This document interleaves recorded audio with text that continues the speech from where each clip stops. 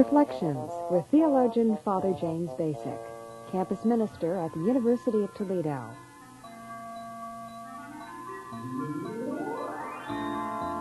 Isn't that a good thing to keep in mind, that we've got ideals in this country that call us forward, that we ought to be keeping in mind? I think that's a marvelous pastoral approach, to take what is in the culture already and to highlight it, to use that in order to make some of our moral decisions. That strikes me as a marvelous strategy, and I think generally what we have to do in working out this attempt to be better peacemakers in our world.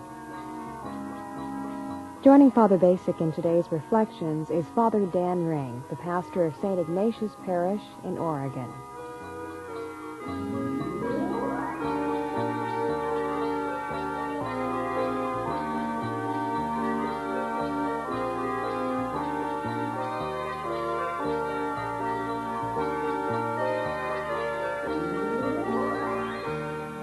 Today's Reflections focuses on the topic of the Bishop's Peace Pastoral, a personal response.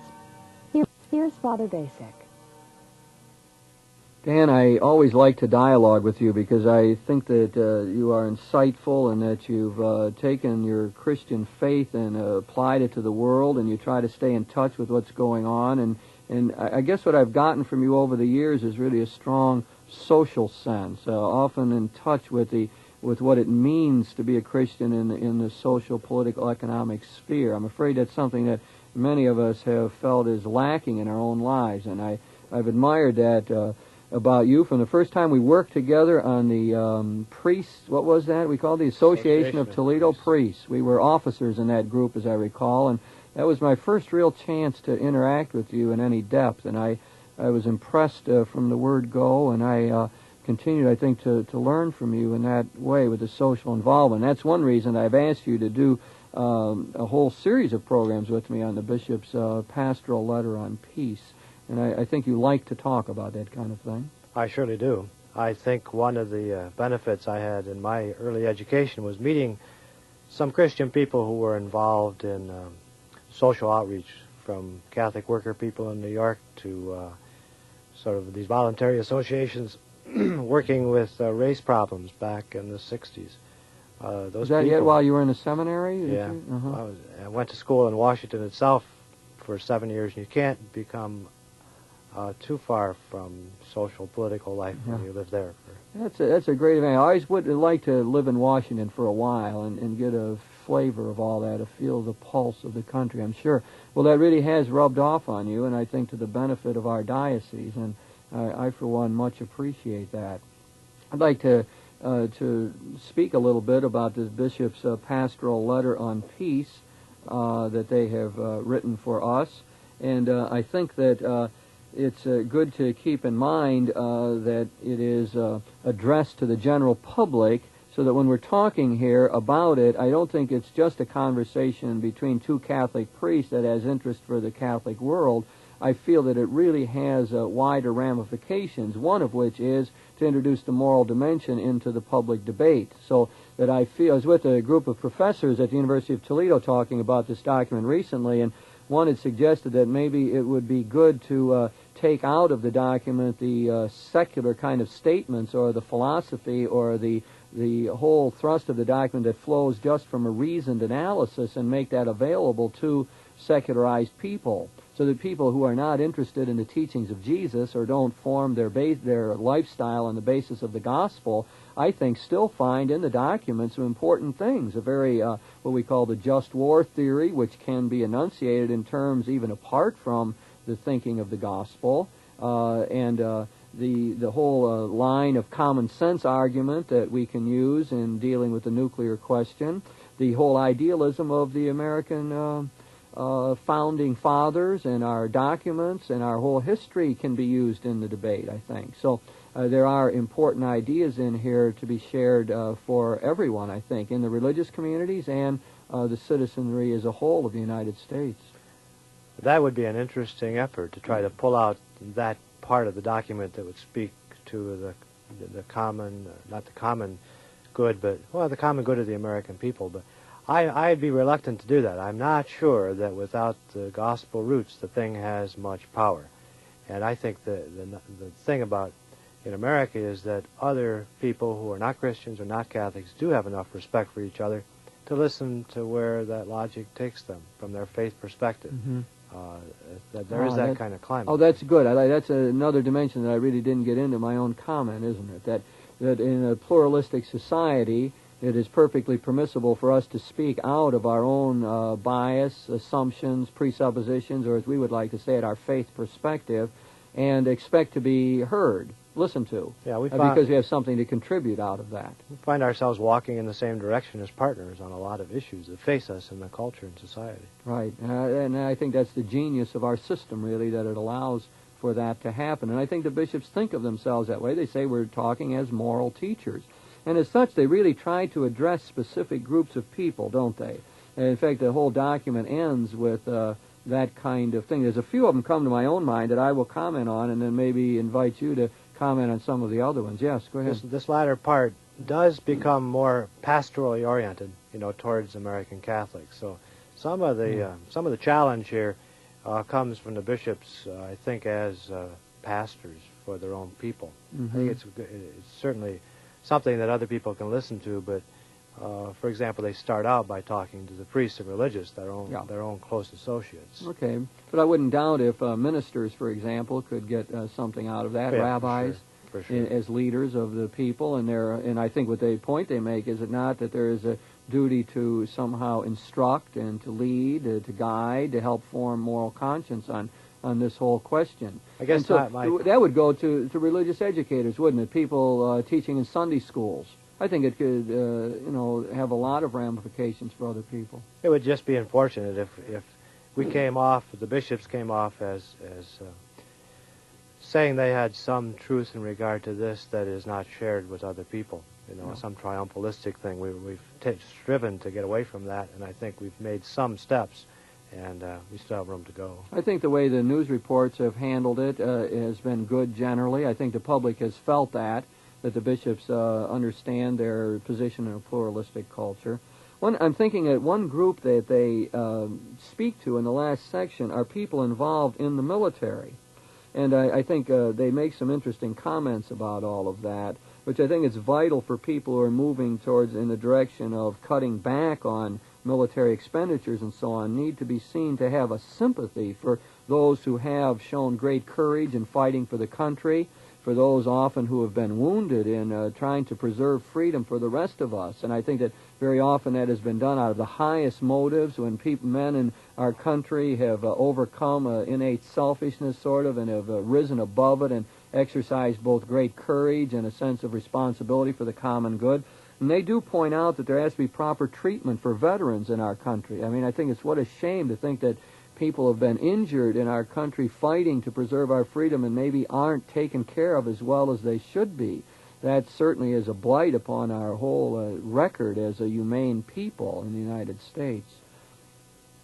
I think that also they make the point that it's important that the soldiers, the people who are being trained in the military, men and women, that they not be dehumanized in the process, that they be thought of as being peacemakers, as people who are trying to promote peace, that they not be taught like to hate the enemy or to take extreme stances in relationship to the Soviet threat in order to start thinking of the Soviet people as monsters or something, but that there be a more balanced approach to the way soldiers are trained in our own country. So, I mean, it seems to me that they've said some important things about the people in the military. I think they do ask people in the military to think about moral principles, that once you are in the service doesn't absolve you from thinking out of your own tradition and making judgments about what is right and wrong. I remember talking to a young man who impressed me a great deal, was in the Navy, and I think was moving up in the ranks of the Navy and had a pretty good position and so on, began reading some things about nuclear warfare and so on, and just decided that he couldn't be a part of that anymore, and made a decision along that line that cost him dearly. And that certainly has to be respected, and I think that kind of moral evaluation needs to go on for all of us probably as we go along. The bishops note that in the military manuals and the kind of instructions that are given to soldiers, that they're already a set of ethics, and they encourage them to follow those. For example, keeping civilians safe from harm.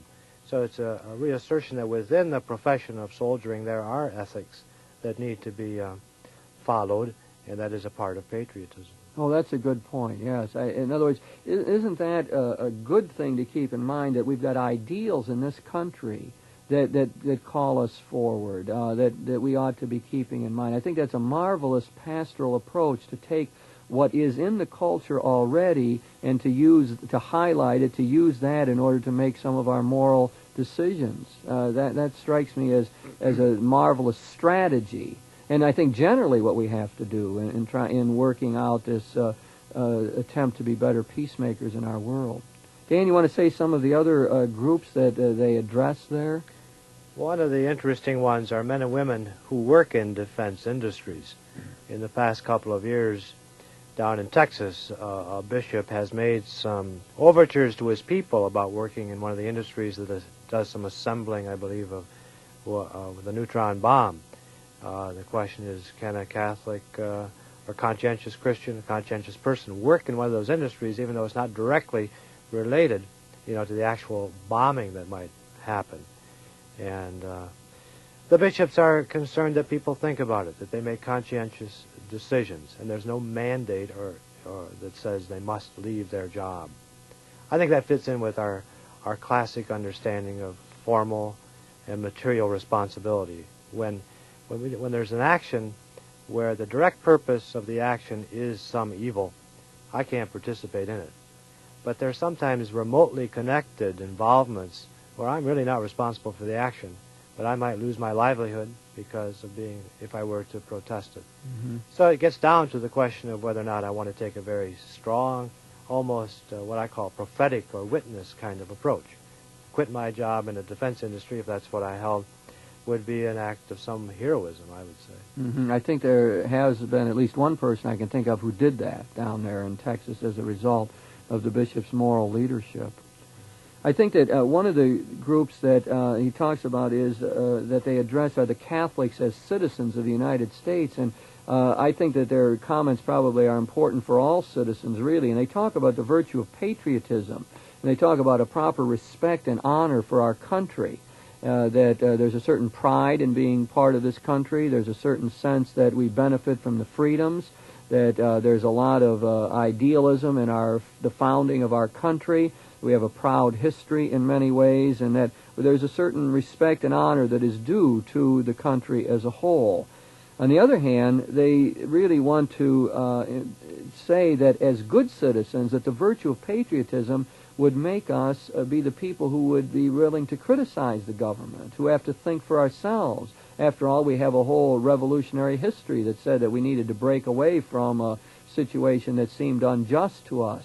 And so that in the course of human events, it became time to make that break. And so we have a history of thinking critically vis-a-vis government. And I think that they want us to carry that on. I really feel that it's vital to see that being a peacemaker in our world today is the patriotic thing to do. One of my friends told me that the biggest mistake he thought they made in the 60s was that many of the people who were against the Vietnam War appeared to be unpatriotic. Things like burning the flag and so on was probably the most destructive kind of thing to do, counterproductive to the whole effort to achieve a more peaceful way of dealing with Southeast Asia. And so that really the modern peace movement has to have learned from that, and to make sure that there is respect shown for our national institutions, and that it is the patriotic thing to call all of us to be faithful to the ideals of the Founding Fathers, of our great documents, and of our proud history. There are a lot of symbols that like the flag, that are held up that we do hold in common, and the right of political dissent is supported by that flag. That's right, yeah, one of our great privileges, I suppose, as a people. And so I think part of this patriotism is also an honest willingness to admit that at times we have been wrong. The bishops do ask in the document, I think it was in the third draft, and I think it's still in there, about the idea of asking for forgiveness for the bombing of Hiroshima and Nagasaki, a clear recognition that we're the only country that's ever used a nuclear weapon, and that we need to ask the Lord's forgiveness for that kind of sin as a nation. There's another section on men and women of science, and it calls for the people who have the skills and the great knowledge to use that for the progress of the human race, to make efforts to be sure that the powers that they unleash are controlled so that they're for the good of people and not for their destruction. The Church mentions Pope John Paul being very strong on encouraging the sciences, including the behavioral sciences. And that's, compared to where we were 100 years ago, that is a delight. Yeah, a much more positive approach, isn't it? Yeah. And I think that probably characterizes in general the people that they're talking to in this whole document. I think of the young people as another group, and the kids. There is in the United States now this movement of kids for peace.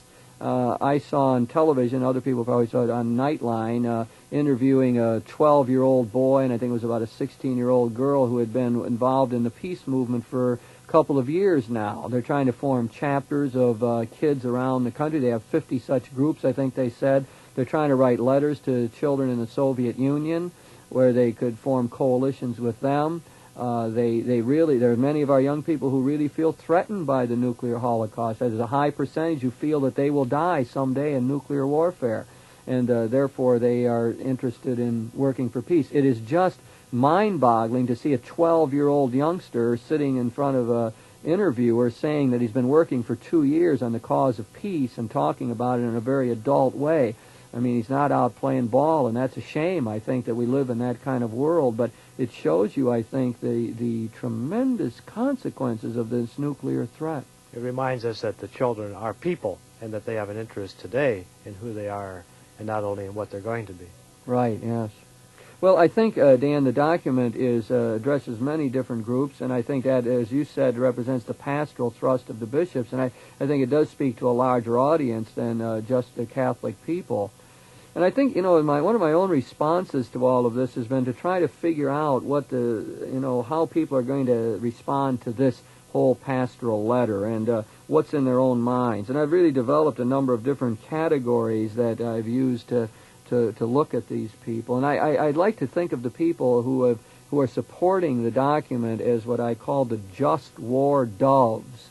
That is, the people who generally think along with the bishops, who argue out of proportionality theory and gospel values and end up thinking that we need to reduce our expenditures on armaments, try to control the nuclear race, and try to be more concerned about justice in the world and social programs and so on. So I think of the quite a large number of people who fall in line with the bishops as these just war doves. You're not suggesting by these categories that they're good or bad, necessarily. They are just the responses, right. Yeah, I try to take sort of a non-judgmental attitude, but I won't take away my own bias in it, and that is I myself support the bishop's document and consider myself to be a just war dove, and I find some of the other positions to be morally laudable and very understandable and so on. Perhaps, like a lot of categories, we find ourselves principally in one area, right, but having sort of a secondary feel for another Right, one. I think that's true. One of the other categories, and I'll probably have to go over these quite quickly, is the psychically numb, borrowing a phrase from Robert J. Lifton. That is, people who just don't even want to hear about this pastoral. They might have turned the program off a long time ago because they don't want this threat put before them. They're living in a cocoon. They're living with, I think, a vague anxiety that they don't want to face. And I'm afraid there are a lot of people out there like that, and we really have to think of something to do with them. It would be good if they'd try reading Jonathan Schell's book, The Fate of the Earth, which really brings the whole thing right before one and the terrible consequences of this. This is a reality. Nuclear weapons are here. I don't think it's healthy myself to be psychically numb. So in that sense, I would say there's a category that I would say people who would find themselves that way probably ought to try to push themselves a little to listen more about it. Yeah, and they need to have someone to listen to them, perhaps, too, as they verbalize those fears and anxieties, kind of basic angst in their life that gets specified with this thing. Yeah, very good point. That's right. Need cooperative groups. I remember one woman in a group coming to realization. She was having these dreams she couldn't explain, and in a group began to talk about them and realized they were connected with the nuclear threat. and I think understood better as a result. Another category I have here, Dan, is the nationalistic hawks. And I wrote in a place that it's a fitting but not a prudent term to call these people, because maybe people don't like that. But the fact is, there's a lot of people who say they don't want to listen to the bishop's document, even Catholic people, who say that the bishops don't have anything to do with military, economic, and political matters, that that's not their concern. They ought to be concerned about the cathedral and not the Pentagon, as these people say. And these people want to make their own decisions out of a totally nationalistic spirit. That is, they want to say, well, I'm going to, my country right or wrong, or love it or leave it, or we've got to be superior to the Russians, and we're going to blast them to kingdom come if they fool around, and so on. In other words, their judgment about the nuclear question is formed by nationalism and not by the gospel. Now, for people who aren't in religious traditions, fine. What else are they going to form themselves out of? Out of the American civil religion, I think, is probably what happens. But people who call themselves Christians, and again, here I'm judgmental, I guess, in this category, I think that they have to ask themselves, are they using the gospel to form their conscience about this question or not? I think sometimes that comes out of a certain nostalgia, too, because of the respect and memory of certain heroisms in another war, that people feel that if they don't support war as such almost, that they're decrying their past or failing those who died for it. Yeah, failing in patriotism. Right? Memorial Day will bring that up. Yes, I think that's right. My own feeling, Dan, is you and I mount our pulpits in our parishes, there will be a high percentage of people who fit into this category in front of us as we preach. They won't want us to preach about it. They will be upset if we talk about the bishop's pastoral in church, and they will think that they're going to form their own conscience, or they've made up their mind on the basis of what I call the American civil religion or a sense of nationalism. I say a high percentage. That's why you're going to get flack when you preach on it. I told the priests in the diocese in talking to them about this matter that they better be ready to take the heat if they intend to mount the pulpit on this question, because the nationalistic hawks will not like it, and I think we have to have arguments for them. One of my own ways of approaching this group is to say, yes, but there's ideals in our country. I thought you've done this well throughout our conversations. We have this idea of the sovereignty of God. Lincoln said it's not a question of whether God's on our side, but whether we're on God's side, so that we say in God we trust in our country. Our country flows from the principle that God's given us inalienable rights. So that I think that there is something in the civil religion that says there's a higher power than my government, and that is God. And I think that's in the psyche of a lot of American people, and that's what I'd like to tap. And when we get up in the pulpit and talk about it, I think we have to call upon that idealism.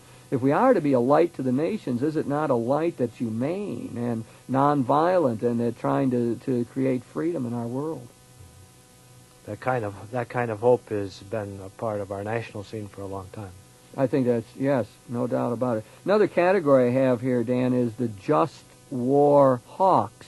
And here I would have in mind especially Michael Novak, and who argues out of just war principles, much as we've been talking about, principle of proportionality and so on. And in his important article, Moral Clarity in the Nuclear Age, which is found in the April 1st, 1983 issue of the National Review, in that document, we see an example of arguing out of just war principles that we have to build up our defense and keep the nuclear deterrent. His idea is that we must fight for freedom in the world. We're the last group that can do that, that the Soviets propose the real threat in the world. We can't know the mind of their leadership exactly, so we have to be strong so that to deter them attacking us and to deter them from blackmailing us into giving up Europe or giving up around the world. And so he uses the same principles that the bishops use, in a way, proportionality-type argument, but arrives at totally different conclusions. Says we have to pay the price in social programs, have to give up certain things in order to build more weapons. He thinks we haven't built enough since 1968. I wonder if he hasn't made his priority freedom and neglected to recognize the fact that in this question, a prior value, life itself, is at stake. I wonder, that would be a way. One of the professors on campus told me the other day what we really have to do is find out a way to answer Novak's arguments in this particular article. That will be only academics, I suppose, who know this article that well. But the common person will be arguing, I think, somewhat the same way. Soviets are a big threat. We got to build more weapons. To me, it's a common sense kind of argument back that says, why do we have to destroy them so many times over? No, we've got enough to destroy. If we had one nuclear submarine, with all the firepower on one nuclear submarine, the Russian leaders would have to be crazy in order to attack us. Because if those weapons got through of the damage of one submarine, and we got 31 nuclear submarines, and including in addition to 1,000 land-based missiles and 300 bombers. So that, why we need all this more. Dan, there's two other categories I've used, the inclusive pacifist and the radical pacifist. And without distinguishing them out, we see this group says no war simply. They say we don't need a bishop's pastoral, really. All we got to do is say no war, no nuclear war. And, of course, I think the good thing that's happened is that many of the pacifists are now supporting the bishop's document. The pacifist bishops are. The National Catholic Reporter in their editorial policy has done that. And a lot of people on the left are coming around to saying that the bishop's pastoral is the best thing we've got to use in our argumentation. Well, Dan, as you said, no one's going to fit neatly into those categories, but they are a way of thinking and locating ourselves and especially critiquing ourselves. Have we thought it through? Have we dealt with the issue? Have we arrived at some sort of conclusion? Are we willing to be peacemakers in our own way in the world? You've been listening to Reflections with your host, theologian Father James Bacik, campus minister at the University of Toledo.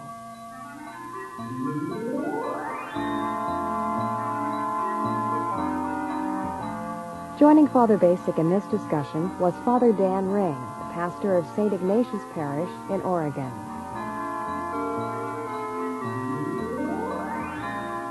The topic of this week's Reflections was the Bishop's Peace Pastoral, a personal response. If you have any questions about today's program or any ideas for topics you'd like to hear discussed, please write to Reflections in care of WLQR, Toledo, Ohio, 43623. Produced in the studios of WLQR, Reflections is directed by Mary Beth Kirchner.